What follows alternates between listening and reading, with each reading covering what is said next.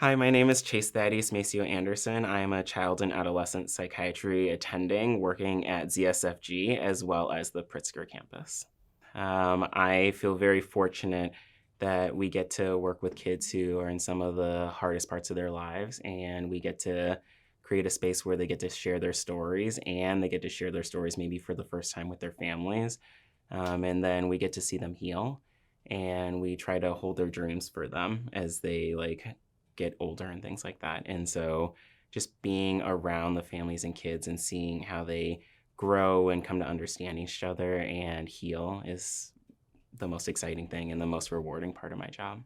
One of the big things that I want to work on is I do a lot of those op-eds to help people feel seen, and I really want to continue that. So I think there's an aspect of my future work that I want people to feel seen in writing, and I want them to feel heard.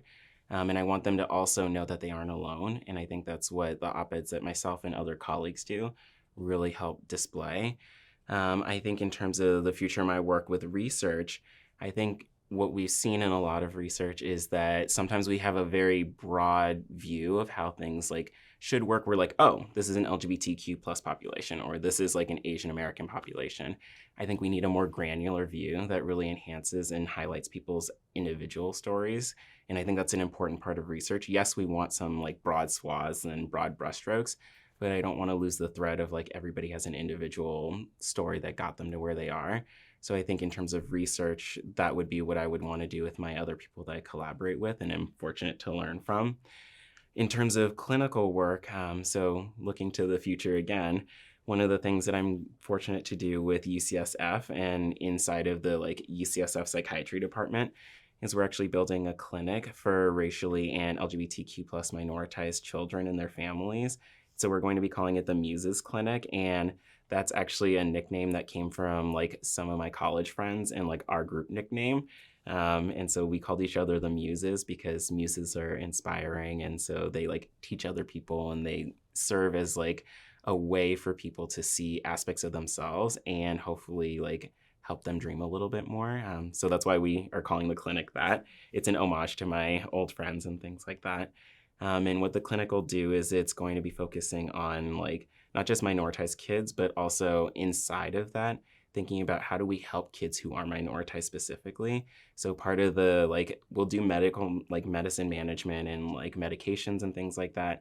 However, we're also going to be doing things like narrative therapy, which is a type of therapy that actually kids get to rewrite their stories from a place of strength and also process things as they write. The other thing we'll be doing is a lot of groups. So talking about what does it mean to be minoritized in America? How do you stay safe when you have encounters with policing, you have mental health issues? How do we help you talk to your parents about being LGBTQ plus and racially minoritized? How do we work with your parents to see how they understand who you are as a person with mental health issues and also being racially minoritized and maybe being minoritized in terms of your sexual orientation or gender identity? And then, so those groups are mainly to help people come together a little bit more. So that's the big, broad brushstrokes of the Muses Clinic. But those are the three prongs that I'm most looking forward to. So the research as well as just doing more op-eds and then clinical aspects as well. One of the things that can happen in medicine, unfortunately, is there are not enough mentors for minoritized trainees sometimes. So the fact that UCSF put this together and has a history of doing this to help minoritized people who work here is really a beautiful thing. I think the other thing that I am looking forward to is there's so many disciplines that are part of the Watson, and I think it just builds collaboration, and it creates a little bit of a family inside of UCSF of, hey, we've gone through maybe not the exact same experiences, but some similar things. So how do we make sure that other people don't have to go through those experiences? And how do we help each other build a better space?